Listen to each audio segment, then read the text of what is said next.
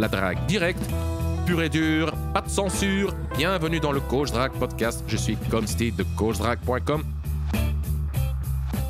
Cher auditeur, dans l'épisode précédent du Coach Drague Podcast, je t'ai parlé de l'importance de la logistique, l'importance de bien organiser ton environnement et de bien connaître les endroits dans lesquels tu comptes amener la fille pour faciliter le processus de séduction et pour maximiser tes chances de conclure. Dans l'épisode précédent, j'allais également te parler de la conclusion, mais l'épisode était assez long. Comme ça, donc, j'ai laissé tomber. Et c'est aujourd'hui, dans cet épisode-ci, que je vais te parler de la conclusion. Je vais également te parler de est-ce que oui ou non, il faut continuer à avancer dans le processus de séduction quand la fille ne se laisse pas embrasser. Est-ce qu'il faut continuer à parcourir les étapes? Est-ce qu'il faut continuer à se diriger vers la conclusion quand la fille ne se laisse pas embrasser? Quand je dis la conclusion, je parle de l'intimité, coucher ensemble. Pour t'expliquer ces deux points et quelques autres encore, je vais te raconter une histoire. C'est la deuxième histoire que j'ai vécue durant la semaine sympathique. Je t'en ai parlé dans un des épisodes précédents du Coach Drague Podcast. Je crois qu'il s'agit de l'épisode 38, si je ne me trompe pas. L'histoire commence un jeudi soir, le jeudi soir de cette semaine sympathique. Il est minuit, plus ou moins, et je fais ma dernière approche, ma 5e ou 6e approche de la soirée. Quelques minutes avant cette dernière approche, j'avais fait une autre approche au même endroit. L'avant-dernière fille que j'avais abordée était une blonde. La dernière avait des gros nibards. Et c'est comme ça que je vais appeler les filles pour faciliter la compréhension de cette anecdote. Sinon, ça va devenir assez confus. Au moment où j'aborde la blonde, donc l'avant-dernière, elle croise des amis et ses amis me coq-bloquent. Ils font foirer l'affaire. Ils me font comprendre que je ne suis pas le bienvenu, que la fille n'est pas intéressée. Enfin voilà, j'avoue, ça a piqué un petit peu. Je me suis senti un peu le gros lourd, le dragueur de nuit bon marché, ce qui n'est pas tout à fait faux. Quelques minutes plus tard, j'aborde la fille au gros nibar, plus ou moins au même endroit. La mayonnaise prend. Elle se montre intéressée. Je vous trouve très beau. Et là, qui passe à quelques mètres de nous? La blonde avec son petit groupe. Elle voit la scène et se met à crier. Attention avec ce mec, il vient de m'aborder il y a quelques instants.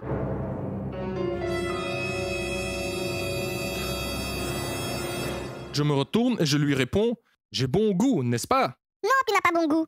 Traduction. Non, je suis meilleure, je suis plus attirante, je suis plus jolie que cette fille. Apparemment, son ego a pris quelques coups. Son sentiment d'unicité a pris quelques coups. Après cette scène, elle ne se sentait plus unique. Et sa réaction, en quelque sorte, est une forme de qualification. Elle s'est qualifiée. Quelque part, elle essaie de se prouver, de préserver son ego, de préserver son estime personnelle. Donc, c'est tout simplement un mécanisme d'autodéfense. Cher auditeur, imagine l'équivalent féminin de Consti. Tu vois une femme belle, intelligente, athlétique, jeune, une que tu voudrais baiser, mais instantanément. Ouais, ça correspond plutôt bien. Imagine que cette femme t'aborde et que pour une raison ou une autre, tu la rejettes parce que tes amis te mettent la pression. Maintenant, imagine que quelques instants plus tard, tu vois cette femme flirter avec un autre homme. Comment te sentirais-tu? Réfléchis bien, tu auras probablement une réaction et un sentiment similaire. Petite parenthèse, ce que nous venons de faire est un exercice d'empathie. C'est un exercice très puissant pour mieux comprendre le comment et le pourquoi des interactions sociales. Et je te conseille de faire cet exercice d'empathie plus souvent pendant tes interactions et après tes interactions. L'empathie, c'est-à-dire te mettre à la place de l'autre. Il y a plusieurs formes d'empathie. Il y a l'empathie cognitive, mentale, donc essayer de penser ce que l'autre pense.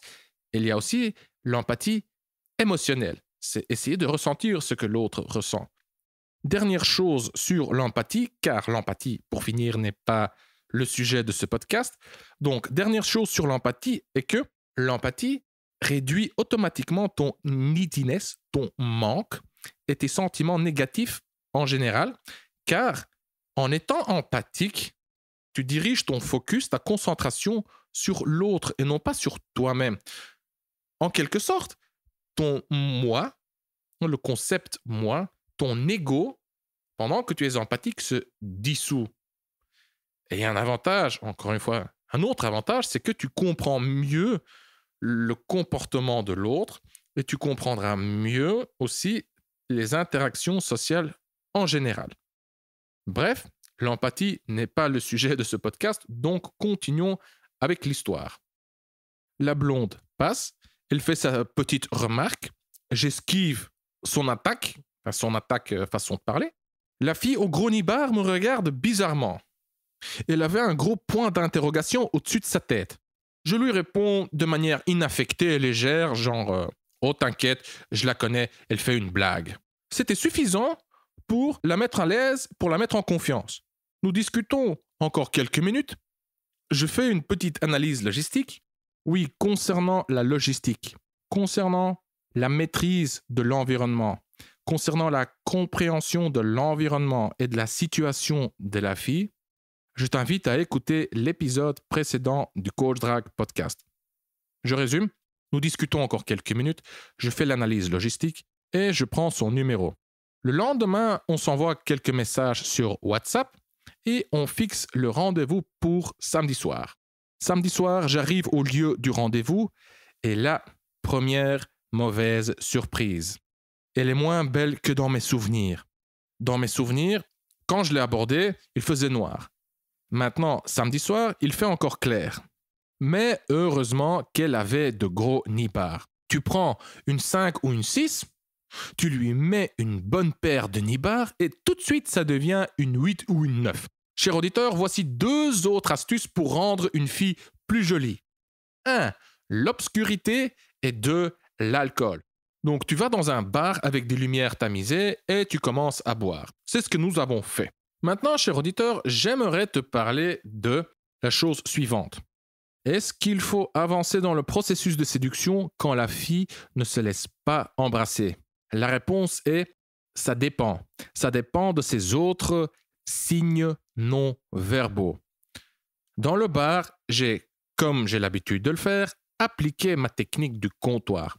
La technique du comptoir est une technique pour créer la bulle intime, pour instaurer de la tension sexuelle, pour donner envie à la fille d'être intime avec toi. C'est pour susciter le désir. La technique du comptoir, c'est un truc tout con, tout bête. Tu t'assieds au comptoir, comme ça la fille s'assied aussi au comptoir, sur un tabouret, et cette configuration-là te permet de réduire la distance interpersonnelle progressivement. C'est une façon compliquée de dire que tu te rapproches physiquement, littéralement, petit à petit de la fille. Tu réduis la distance physique entre toi et la fille petit à petit. Ce qui est chouette avec cette technique, c'est que ça ne se remarque pas. Ce rapprochement se fait de manière naturelle, entre guillemets. Ce rapprochement est synchronisé avec la conversation. Tu regardes ses mains, tu parles de ses mains, donc tu prends ses mains. Tu veux lui raconter un petit secret, donc tu te rapproches d'elle pour lui murmurer ton secret à l'oreille, etc. Donc ce rapprochement progressif instaure une certaine tension sexuelle. C'est vraiment aussi simple que ça. Bon, en réalité, ça se passe pas aussi vite, c'est pas aussi facile. Je veux dire, si c'est facile, c'est même simple, mais ça prend du temps selon la fille, selon sa réaction. Certaines filles sont plus ouvertes, d'autres filles sont plus fermées, plus rigides, plus raides. Et cette fille réagissait bien. Donc, je me rapprochais d'elle et elle ne se crispait pas. Elle ne reculait pas. Quand je la touchais, parfois, elle me touchait en retour. Donc, tout ça, ce sont de très bons signes. Un truc super puissant, je dirais même que c'est l'ingrédient principal de la technique du comptoir. C'est de murmurer à l'oreille de la fille. Quand tu lui murmures à l'oreille, tu instaures automatiquement la bulle intime. En plus, tu lui stimules l'oreille, tu lui stimules le cou et c'est excitant. Tu crées de la tension sexuelle. Quand je lui murmurais à l'oreille et quand je me penchais en arrière, alors cette fille se penchait en avant, comme pour dire « encore ». Et tout ça, ce sont de très bons signes. À ce moment-là, je savais que j'étais sur la bonne voie. car pendant que j'appliquais ma technique du comptoir, pendant que je lui murmurais à l'oreille, je me rapprochais, parfois je tournais ma tête, je rapprochais mes lèvres pour caresser sa joue et je me rapprochais doucement comme ça de ses lèvres à elle pour jauger un peu sa réaction, pour voir si ses lèvres allaient chercher les miennes et ce n'était pas le cas. Elle ne se laissait pas embrasser à quelques reprises, même j'ai fait des tentatives plus explicites, plus directes, où je la regardais dans les yeux, où j'inclinais légèrement la tête, où je me penchais en avant, etc. Elle tournait la tête, elle ne se laissait pas embrasser. Mais le reste de son corps m'envoyait des signes positifs. Elle me touchait en retour, elle se penchait en avant, elle cherchait le contact physique. Et surtout très important, il y avait une absence de tension, de nervosité. Donc, elle n'était pas crispée, elle n'était pas raide, il n'y avait pas de signe d'angoisse. Parfois, les filles, quand tu fais la kino, comme on dit, la kino escalation, comme on dit en anglais, quand tu escalades physiquement, donc quand tu les touches, quand tu...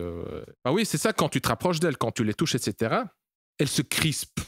Et parfois, elles montrent comme ça, elles écarquillent les yeux, mais pas par plaisir ou quoi, hein, juste par angoisse. Elles deviennent raides et crispées. Enfin, tu sens que, oula, j'avance ici trop vite. Elles sont pas encore prêtes, voire pas du tout, quoi. Hein. Ici, c'était pas le cas. Il n'y avait aucun signe de nervosité. Son corps était très détendu. Le seul signe négatif, entre guillemets, était qu'elle ne se laissait pas embrasser. Elle tournait la tête. Tu sais, le langage du corps, il faut l'interpréter en clusters, comme on dit. Donc, tu regardes, tu ne te bases pas juste sur un signe, mais sur plein de signes. Et la majorité des signes étaient positifs. Il y avait juste un signe négatif, entre guillemets, qui est qu'elle ne se laissait pas embrasser. Ça veut dire qu'elle n'était pas encore prête, tout simplement. Le fait qu'elle tournait la tête voulait dire non, pas encore. Un autre moment clé s'est déroulé dehors, dans la rue, quand on marchait du premier bar au deuxième. On devait passer par une petite ruelle assez étroite. Et là, on a fait un petit jeu de rôle. Je ne sais plus, j'étais Batman ou Superman, enfin. On était en train de s'amuser. Et là, à un moment, elle se met contre le mur comme pour être sauvée. Et moi, qu'est-ce que j'ai fait? Je me suis plaqué contre elle, quoi. J'ai collé mon corps, je l'ai regardé sauvagement dans les yeux. Et j'ai essayé de l'embrasser. Elle a de nouveau tourné la tête, mais elle a poussé un petit soupir et elle a cambré comme ça. Elle a eu un gros frisson. Donc là, il y avait vraiment une réponse sexuelle. C'était très animal. Donc là, je savais aussi que j'étais sur la bonne voie. Dans le deuxième bar, je me rappelle même plus. Là, je ne l'ai toujours pas embrassé non plus. Donc là, j'ai juste poursuivi ce que j'ai commencé dans le premier bar. On discute, j'applique de nouveau ma technique du comptoir, j'instaure la tension sexuelle, etc. Et là, à un moment, je me dis, c'est bon, je prends le risque, on va à l'hôtel. Et là, je lui sors ma phrase classique qui est « Oh, viens, on va quelque part, je connais un endroit super chouette, j'ai un truc vraiment sympa à te montrer. » Vraiment, c'est tout. C'est tout, voilà, c'est tout mon argumentaire de vente, pour ainsi dire. Dehors, on commence à marcher, et là aussi, il y avait un endroit un peu plus... Ouais, je crois que c'était une porte de garage ou quelque chose comme ça. C'était un endroit plus obscur. Et là, je la prends carrément par les épaules. Je la plaque contre le mur. Je me plaque contre elle. Et là, elle se laisse aller entièrement. Et on commence à s'embrasser passionnellement. Là, je savais, voilà, j'ai eu la confirmation de ce que je supposais. On continue à marcher. On arrive à l'hôtel. L'hôtel était déjà fermé. Je sonne à la porte. La porte s'ouvre. Aucune résistance, aucune hésitation. Rien de bien particulier dans son regard ou dans ses réactions. Il n'y avait pas de réaction tout simplement, donc elle était à l'aise. Malheureusement, il y avait un nouveau mec à la réception. J'ai choisi cet hôtel car il y a très peu d'obstacles. Le check-in se fait de manière très fluide. J'entre, je donne ma carte d'identité, il me donne la clé et c'est tout. On monte et c'est tout et je paye le lendemain et voilà. Ici, par contre, le mec a commencé à faire le difficile. Encore une astuce. Oui, avant que je continue, je vais te donner encore une astuce. Donc, quand tu as la certitude ou quand tu es plus ou moins certain que tu peux amener la fille dans un endroit intime, l'hôtel, voilà, là, tu sais qu'il y a une forte chance que tu pourras coucher avec elle et tu décides de la ramener à l'hôtel. Moi, j'utilise l'application booking.com, booking.com. Encore une fois, booking, B-O-O-K-I-N-G.com. Enfin, c'est une application, là, c'est le site, c'est l'URL que je viens de te donner. Mais j'utilise leur application. Et là, tu sais faire des recherches par ville, il y a plein de filtres. Et j'ai vu que j'utilise ça souvent pour voir s'il y a des chambres libres à proximité. Je cherche les moins chers, etc. Et tu peux même réserver via l'application. J'ai consulté cette application et donc, dans mon hôtel, il y avait des places libres et en plus, elles étaient bon marché. J'arrive, le nouveau mec commence à faire le difficile. Il exige un autre prix beaucoup plus élevé, premièrement. Deuxièmement, je dois payer sur place. Donc, on commence toute une discussion. Je dis, écoute, regarde ici le tarif. Je lui montre l'application, je montre le tarif. Non, moi, je fais juste confiance à mon ordinateur, je ne fais pas confiance à ces applications. Je lui explique, écoute, je suis venu ici il y a quoi? Il y a une semaine. Voici comment ça s'est passé. Je suis venu ici, j'ai donné ma carte, je suis monté, c'est tout. Je pouvais payer par la suite et en plus, le prix était beaucoup moins élevé. Mais tout ça pendant que la fille est là, tu vois. Donc, c'est assez délicat car du coup, il y a plein d'obstacles et ces obstacles peuvent foirer l'affaire, quoi. La fille peut du coup sortir de sa transe, pour ainsi dire, commencer à, je sais pas, à réfléchir, à ruminer, à cogiter, à se dire putain, qu'est-ce que je fous ici en fait. Enfin, je connais même pas ce mec. Je l'ai rencontré dans la rue il y a deux soirées. Maintenant, il y a 2 jours. Là, maintenant, ça fait que quelques heures qu'on est ensemble. Et là, du coup, je me retrouve à l'hôtel avec lui. Mais heureusement, la fille est restée calme, quoi. Et regarde comme c'est marrant, tu vois. Moi, j'ai tellement l'habitude que ça me laisse, je dirais même, complètement indifférent. Les premières fois que je faisais ça, j'étais un peu gêné, mal à l'aise, genre, oh, je viens la baiser, ça va si vite, qu'est-ce que les gens vont pas penser? C'est comme si tu allais acheter tes préservatifs pour la première fois dans un magasin et il y a toute une file derrière toi qui te regarde, tu vois. Au début, j'avais ça, maintenant, c'est même l'inverse. Maintenant, c'est le mec qui est en tort. Je le regardais même d'un air genre... Je vais te bousiller. Mec, là, t'es en train de foirer mon coup, quoi. C'est quoi ça? Allez, franchement, je suis un client fidèle. Là, c'est quoi ces complications? J'ai fini par céder car le mec était vraiment déterminé. J'ai payé à l'avance, j'ai payé le tarif plus cher et ce n'est qu'après que j'ai reçu les clés. Si j'avais continué à négocier, à discuter, j'aurais pu rater le coup, quoi. On monte et on entre dans la chambre et tout se passe bien. La fille est à l'aise. Je mets une petite musique. Je tamise les lumières. Enfin, je prépare un peu la chambre pour la suite. Plaisante jamais avec ces choses-là. Je vais t'enculer. Encore une fois, la fille était cool, elle était à l'aise, elle participait, elle s'amusait.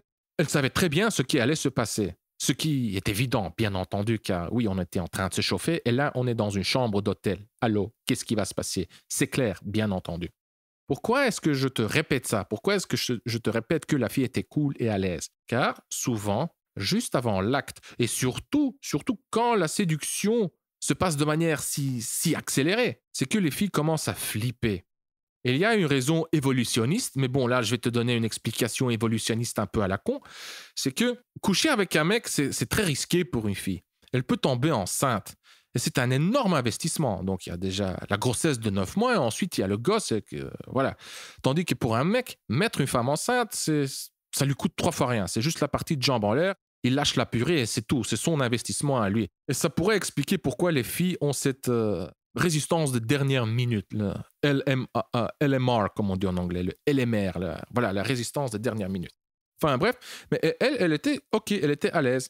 Donc, on commence à se chauffer, à s'embrasser, on commence les préliminaires. Et là, du coup, elle me sort « Non, on va pas baiser ce soir ». Ça ne me surprend pas, car, encore une fois, la résistance de dernière minute, c'est la norme. Surtout quand les étapes de séduction ont été parcourues si rapidement. Non, on va pas baiser ce soir, car j'ai mes règles. Je peux très bien la comprendre. Elle a peur de me dégoûter. C'est la même chose que quand une fille ne sait pas raser les jambes. Elles ont peur de la gêne, elles ont peur d'être embarrassées, elles ont peur de te dégoûter. Et souvent, dans ces cas-là, elles préfèrent ne pas baiser pour éviter cette gêne. Dans ce cas spécifique, elles préfèrent ne pas dévoiler sa chatte, pour ainsi dire. Elles préfèrent que je ne la touche pas, elles préfèrent ne pas baiser. Ou bien quand une fille ne sait pas raser les jambes, elle préfère, oui, garder son pantalon, ou ce qu'elle porte à ce moment-là, encore une fois, pour éviter d'être embarrassée. Mais, cher auditeur, moi, le sang ne me dérange pas. Il y a une expression allemande qui dit « Un vrai marin navigue aussi sur la mer Rouge et heureusement pour cette fille, et heureusement pour moi, elle a affaire à un vrai marin. » Alors, qu'est-ce qu'il faut faire quand une fille a ses règles? Et qu'est-ce qu'il faut faire quand tu es confronté à la résistance de dernière minute en général? Petite parenthèse, si tu n'aimes pas le sang, alors c'est évident, tu ne vas pas plus loin. Cependant, si le sang ne te dérange pas, alors voici ce que tu ne dois surtout pas faire, et ça vaut aussi pour comment surmonter la résistance de dernière minute en général. Donc, voici ce que tu ne dois surtout pas faire. Tu ne dois pas la supplier, tu ne dois pas lui mettre la pression, tu ne dois pas essayer de la convaincre rationnellement, logiquement, avec des arguments. Tu ne dois pas non plus, très important, te fâcher ou être déçu. Tu ne dois pas montrer que tu es blessé, que tu es affecté émotionnellement. Dans ce cas précis, c'est toi le prédateur et c'est elle la proie. Donc, ce que tu dois faire, c'est tout d'abord te montrer empathique. Tu restes calme, patient, confiant, chaleureux, respectueux. Tu acceptes la situation comme telle. Donc, pas de « Oh, mais tu sais, moi, ça me dérange vraiment pas. Allez, vraiment pas. Allez, s'il te plaît. Mais pourquoi pas? Mais, allez, on est là maintenant. Allez, franchement. » Non, ça, tu évites, sinon, c'est mort. Tu peux très bien lui faire comprendre que le sang ne te dérange pas, tout en restant empathique. Voici ce que tu lui dis. Tu lui dis « Écoute, le sang ne me dérange pas du tout, mais je te comprends et je respecte tes limites. Si tu n'aimes pas, alors on ne va pas plus loin. Pour moi, il n'y a aucun souci. » Et tu la regardes droit dans les yeux avec un beau sourire chaleureux, empathique et rassurant. Et ensuite, tu continues avec les préliminaires, lentement, doucement, à ton aise, tu ne te précipites pas. Ah, maintenant que j'y pense, en parlant de précipitation, quel est le bon état d'esprit? Et ça, c'est vital, c'est crucial. C'est la base. Avec le mauvais état d'esprit, tu risques de foirer. Avec le bon état d'esprit, tu vas très probablement réussir à aller jusqu'au bout. Le bon état d'esprit est celui du pêcheur qui a toute la journée et toute la nuit devant lui. Car si tu tires trop fort sur la canne à pêche, le fil risque de casser. Le poisson s'en va. Bye bye poisson et bonjour Madame 5. Maintenant, comment surmonter cette résistance de dernière minute concrètement? Encore une fois, c'est une question de patience. Mais concrètement, tu dois flirter avec ses limites. Tu dois tester et respecter ses limites. C'est une question de faire un pas en avant, d'attendre un petit peu, de faire un pas en arrière, de refaire un pas en avant, voire 2 pas en avant ou 2 pas en arrière, enfin tu me comprends, et de temps en temps d'essayer de pousser ses limites doucement. Je te donne un exemple vraiment concret, car ce que je viens de te raconter là maintenant, ce n'est pas vraiment concret, c'est... Voilà. Donc regarde ce que moi j'ai fait, par exemple. Nous sommes couchés sur le lit, on s'embrasse, on se caresse, on se chauffe, on se frotte l'un contre l'autre, etc. À un moment, je mets ma main sur sa chatte. Elle porte encore son pantalon, donc je mets ma main sur sa chatte, sur son pantalon. Et je commence à lui masser le mont pubis. Là, elle prend ma main, elle l'enlève. Okay, pas grave, je ne vais pas essayer de la forcer ou de me crisper, d'essayer absolument de rester sur sa chatte. Je respecte, j'enlève ma main. Là, je me couche sur elle et je commence à frotter mon érection contre sa chatte. Là, elle répond. Elle commence à se frotter en retour. Là, je sais que c'est bon, il y a eu un petit progrès. Mais bon, tout ça se fait de manière fluide, naturelle. Je suis pas, je suis pas dans ma tête à ce moment-là. Je ne suis pas en train de calculer ou de réfléchir. Je ne joue pas aux échecs. Ce que je fais à ce moment-là, je surfe sur la vague émotionnelle. Autrement dit, mon attention est dirigée dans mon corps. J'essaie de surfer sur les vagues émotionnelles. Bien entendu, en même temps, je suis attentif à ses signes, à son langage du corps. Mon focus n'est pas que concentré sur moi. Mon focus est divisé entre elle et moi. Il y a une belle symbiose, une belle danse, c'est une symphonie. Ensuite, donc, je suis couché sur elle. Je frotte mon érection contre sa chatte. Elle cambre, elle se frotte en retour, etc. Là, de nouveau, je me couche à côté d'elle. Enfin, je me tourne un petit peu, je me couche à côté d'elle. Je lui caresse la jambe, je lui pince le ventre. Et là, je laisse ma main glisser, encore une fois, sur son pantalon, sur sa chatte. Et là, elle me laisse faire. Donc là, c'est bon signe, il y a du progrès. La prochaine étape, c'est de faire pareil, quoi. C'est d'aller un peu plus loin. C'est par exemple d'essayer de défaire le premier bouton. Elle enlève ma main.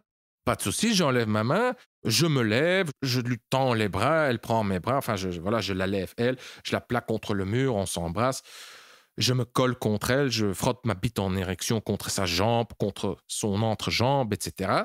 Ou bien là, je la prends par les épaules, je la tourne. Là, je suis en train d'improviser, cher auditeur. Je ne sais plus comment ça s'est passé exactement, mais ça pourrait très bien se passer comme je viens de le décrire. Et ce qui s'est passé en réalité ressemble à ce que je viens de te décrire. Donc, j'essaie justement de... Tu vois, j'ai poussé sa limite et j'essaie de rester plus ou moins autour de cette limite. Je fais un petit pas en arrière, j'alterne, je varie un petit peu et puis je reteste. Enfin, donc, elle est collée contre le mur, mon corps collé contre le sien, je me frotte à elle, je l'embrasse, je la mords, je la retourne contre le mur. Donc, de telle façon que son ventre et ses seins et son visage sont collés contre le mur. Et là, je frotte mon érection contre ses fesses, etc. Je la prends par les hanches, je laisse mes mains parcourir son entrejambe. Là, de nouveau, je pousse un petit peu, je masse sa chatte. J'essaie de déboutonner ou d'ouvrir sa braguette ou de déboutonner son pantalon. Je vois comment elle réagit. Là, elle se laisse faire. Enfin, etc. Donc, tu vois, c'est une question de progresser lentement, doucement. Il se peut très bien que, je ne me rappelle plus, mais c'est probable, c'est très probable qu'à un moment, pendant une petite pause, pendant un moment calme, qu'elle referme son pantalon. Pas grave, c'est, encore une fois, la métaphore du pêcheur s'applique, encore une fois, la métaphore du pêcheur s'applique ici aussi. Enfin, j'espère que tu comprends le principe. C'est une question de faire un pas en avant, de flirter avec ses limites, de tester ses limites, de faire un petit pas en arrière, de refaire un pas en avant. C'est vraiment une danse. Et je ne peux pas assez l'accentuer. C'est une question de respect. C'est aussi une question de leadership. C'est toi qui guides, c'est toi qui fais avancer la chose, mais tu respectes ses limites. La décision finale, c'est elle qui la prend. Toi, tu essaies juste de l'influencer, tout encore une fois, en la respectant, en lui procurant du plaisir, etc. Parfois, tu peux vraiment ressentir quand c'est non. Quand c'est un non définitif, bien sûr que tu respectes. Je devrais même pas le mentionner, mais il y a... Oui, j'ai tellement d'auditeurs qu'il y a des abrutis, quoi. Parfois, je dois vraiment accentuer, dire les choses évidentes. Voilà. Pour finir, nous avons baisé. Comment? En appliquant les principes que je viens de te décrire. À un moment, elle m'a laissé déboutonner son pantalon, ouvrir sa braguette. Elle m'a laissé toucher sa chatte donc, sur son slip, donc en dessous de son pantalon, mais sur son slip. Je fais un pas en avant, un pas en arrière. Je flirte avec ses limites. Nous accélérons, nous ralentissons. Elle me laisse toucher sa chatte en dessous de son slip. Elle me laisse glisser un doigt. Elle constate qu'elle n'a absolument rien à craindre, que je ne vais pas la juger, qu'il n'y a pas de dégoût, rien du tout. Donc, elle se laisse aller, elle prend du plaisir et à un moment, elle n'en peut plus. Elle n'en peut plus, c'est elle qui enlève son pantalon, enlève son slip et elle veut être prise. Et c'est ce que j'ai fait. Donc, voilà. Maintenant, je vais te donner encore 2 techniques pour faire avancer les choses et pour surmonter la résistance de dernière minute. La première technique, entre guillemets, c'est d'alterner ton style, ton énergie. Concrètement, tu agis de manière douce, sensuelle et tendre, comme un amant, comme un amoureux. Et tu alternes ça avec le côté animal, le côté brutal, le côté sauvage. Donc, tu alternes douceur et animalité. Je ne sais pas si ça se dit animalité, mais enfin, tu me comprends. Et ça amplifie le désir. Tu ne peux pas t'imaginer comme c'est excitant pour une femme. Avec cette fille dont je te parle maintenant, à un moment, quand j'étais couché sur elle, je me suis vraiment senti comme un lion. Donc, j'ai planté mes ongles dans sa chair, dans ses bras, dans son dos. Et je l'ai aussi mordu dans le cou, mais littéralement, j'ai planté mes dents dans son cou et visualise un peu l'image d'un lion qui attaque une antilope. Donc, tu vois le lion qui saute sur le dos de l'antilope et qui enfonce ses dents dans la nuque, dans le cou de l'antilope et qui la met par terre comme ça. Enfin, voilà. J'étais son lion, elle était mon antilope. Et cette scène sauvage était cruciale dans son processus décisionnel. Cette scène sauvage a éteint définitivement son cortex préfrontal. C'est grâce à cette scène sauvage qu'elle a pété un câble. Donc, après cette scène, elle a enlevé son pantalon et son slip d'un coup sec. Et voilà, c'est après cette scène qu'elle a décidé, enfin, elle voulait être baisée, quoi. Voilà. Maintenant, je vais partager une dernière petite technique toute bête avec toi pour faire avancer les choses et pour surmonter la résistance de dernière minute. C'est un truc vraiment tout con, hein. Ce que tu fais, c'est que tu donnes le bon exemple. Tu fais le truc en premier. Par exemple, tu veux qu'elle enlève sa chemise, son t-shirt ou enfin, ce qu'elle porte à ce moment-là. Ben, tu enlèves tout d'abord ton t-shirt à toi, ou ta chemise ou ce que tu portes. Tu veux lui enlever le pantalon, ben, enlève d'abord ton pantalon à toi. Bien entendu, comme je décris maintenant, c'est assez mécanique, assez sec, mais en réalité, ça se passe, bien entendu, de manière fluide, de manière naturelle. Je te donne un exemple avec cette fille, avant de lui enlever sa chemise, je ne sais même plus ce qu'elle portait, un t-shirt ou une chemise. Bref, nous nous embrassons, je la plaque contre le mur, je la pince, je la caresse, enfin, je ne sais plus. Et dans cette séquence de mouvements, lors d'une de ces vagues, une de ces ondes émotionnelles, une de ces ondes de désir, d'envie, etc., hop, j'enlève mon t-shirt, je colle mon torse nu, mon torse musclé d'Apollon contre elle. Je me frotte contre elle et je vois que ça l'excite davantage. J'attrape son t-shirt, elle lance ses bras en l'air pour faciliter le truc. J'enlève son t-shirt. Enfin, tu vois la chose.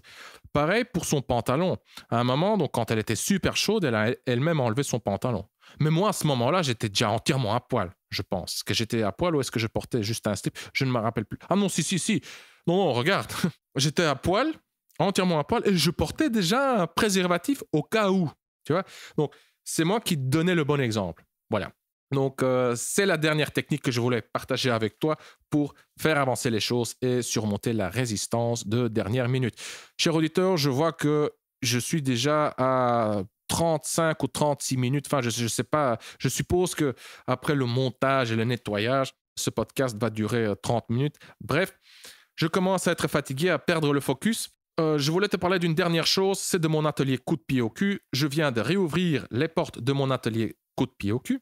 L'atelier coup de pied au cul, c'est quoi exactement? C'est un atelier pratique de drague. Nous allons draguer juste toi et moi, il n'y a personne d'autre, donc c'est un truc 100% personnalisé. Si tu fais du surplace ou si tu ne t'es pas encore lancé dans la drague, donc si tu regardes des vidéos, tu lis des blogs, des e-books, je ne sais quoi, mais oui, tu n'oses pas faire ce premier pas, alors l'atelier coup de pied au cul est fait pour toi. L'atelier coup de pied au cul et ce dont tu as besoin, ce que nous allons également faire lors de l'atelier, ou plutôt ce que tu auras aussi. À la fin de l'atelier, c'est une série de conseils, d'étapes, enfin, c'est un petit système, un plan d'action personnalisé pour, premièrement, augmenter donc ton attirance, te rendre plus attirant, c'est augmenter ta valeur sur le marché de l'amour. Et tu auras aussi donc des étapes concrètes, des choses à faire pour aussi rencontrer un maximum de femmes. Le but final, bien entendu, c'est que tu mènes une vie intime, affective, amoureuse, sexuelle, épanouie. Pour finir, écoute, je ne sais pas quel est ton objectif. Est-ce que tu veux te trouver une copine? Est-ce que tu veux te trouver plusieurs copines? Ou est-ce que tu veux vivre plein d'aventures? À la base, c'est les mêmes compétences. Ces compétences sont l'approche, la gestion émotionnelle, la tchatch, et ainsi de suite. Enfin bref, là maintenant, j'arrive plus à réfléchir clairement. Cher auditeur, je vais te laisser. Pour plus d'infos sur l'atelier coup de pied au cul, clique sur le lien se trouvant en dessous de ce podcast sur le site du Coach Drag Podcast. Voilà. Donc, je vais te laisser. Je vais manger un petit bout, boire un petit verre. Enfin, pas d'alcool pour moi ce soir. Après, je vais à la salle de sport. Et ce soir, je compte faire une petite session de drague. Pourquoi pas? Voilà. La drague directe, pure et dure, pas de censure. Je suis Consti de CoachDrag.com. Merci d'avoir écouté le Coach Drag Podcast. On se voit dans le prochain épisode. Bonne drague.